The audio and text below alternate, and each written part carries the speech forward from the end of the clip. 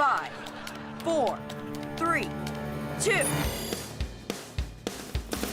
If you grew up during the early to late 2000s of Nickelodeon, odds are you've probably watched iCarly. Since the other big sitcom on the channel at the time, Drake and Josh, was coming to a close, iCarly was the show that kinda came in and filled that void for a lot of people. With its similar comedic style, clever writing, and overlapping cast members, it made sense why it was a hit, even spawning another spin-off show, Sam and Cat, which you probably don't remember since it only lasted one season. So nowadays, with all the new streaming services coming out and this show being a beloved series from a lot of people's childhoods, iCarly was a prime target for a revival to get people to subscribe to Paramount's new service, Paramount Plus. And while it worked, because as a fan of the original series, this is the only reason why I'm subscribed to the service, so far they've only released 3 episodes of the new show, and I'm a little mixed. The first big thing you'll notice is the absence of major supporting characters, Sam and Gibby. One of the biggest reasons the original iCarly was so great was because of its wacky side characters, so removing some of the major ones is obviously gonna hurt the show. Instead, 2 new characters were added to the cast, Millicent and Harper. While Millicent feels like a copy of Megan from Drake and Josh, Harper seems to have a little more potential, having some of the funnier lines in the show so far, and not being a total clone of Sam. According to cast interviews, I'm glad that the door is still open for Sam and Gibby to return, but it does make the show feel a little empty at times since Freddie and Carly usually are funnier when reacting to the more insane characters, kinda like Jim and Pam in The Office. So at least we still have Spencer for that. The biggest change this show makes, however, is that it leans more into growing up with its audience, like how characters can swear now and openly talk about stuff like sex and alcohol. This is my favorite aspect about this new series because the writers probably know that older fans are going to be watching this show for the nostalgia, so it would feel weird to have these older versions of these characters not act more grown up. They haven't done anything too interesting with this idea yet, but I like that it's at least there since it differs the tone a little bit more from the original series. My main issue with the show though is the writing. The show is just not as funny as the episodes from the original iCarly, mainly because I think the show tries way too hard to make jokes about real world and political type shit. Anytime there's a joke about something like the pandemic, it immediately takes me out of the episode and doesn't make it feel like it's these characters talking. It makes me miss the more lighthearted humor of the original series where a joke was just a joke and not a nod to the current state of society. They also lean way too hard into making every episode relate to the issues with modern internet culture. Sometimes it comes off way too on the nose and cringy for me to take seriously. Some of the best episodes of the original series didn't even have anything to do with internet culture, but rather just the relationships between these characters, which made them feel more like real people. And when there were episodes dealing with internet culture, the messages didn't feel like they were getting shoved down our throats, like how episode 3 of the revival kind of betrayed Spencer's character just to say something about cancel culture. Honestly, one of my favorite scenes of this new series was just Freddie and Carly talking about why Sam isn't in the new show. This little scene kind of touched upon the fact that as we grow up, sometimes friends in our lives take separate paths, and even though we don't see them as much because of it, the friendship is still there. That is some relatable adult life shit. And in that moment, it actually felt like the Freddie and Carly we know from the original series were talking. I feel like for this new series to really be good, it should have had more of an ongoing storyline that explains why these characters want to return to their old web show. There's no real build up to the reunion, and it makes the whole thing feel kind of forgettable, almost as if the show didn't have to be named iCarly. It would have been cooler to have all these characters reconnect, start a new channel, and then during their rise to popularity, have to deal with modern internet culture problems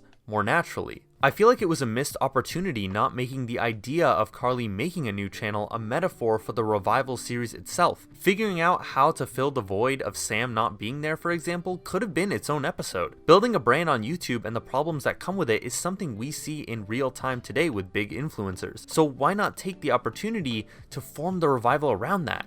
At this point, the new iCarly feels more like a cash grab to me than an honest revival, falling into the same shit bin as Raven's Home rather than something like Fuller House. However, a lot of fans online seem to like it from what I've read, so hopefully it improves by the end of its first season. So yeah, comment your thoughts on the series below and make sure to like and subscribe for more videos like these. See ya!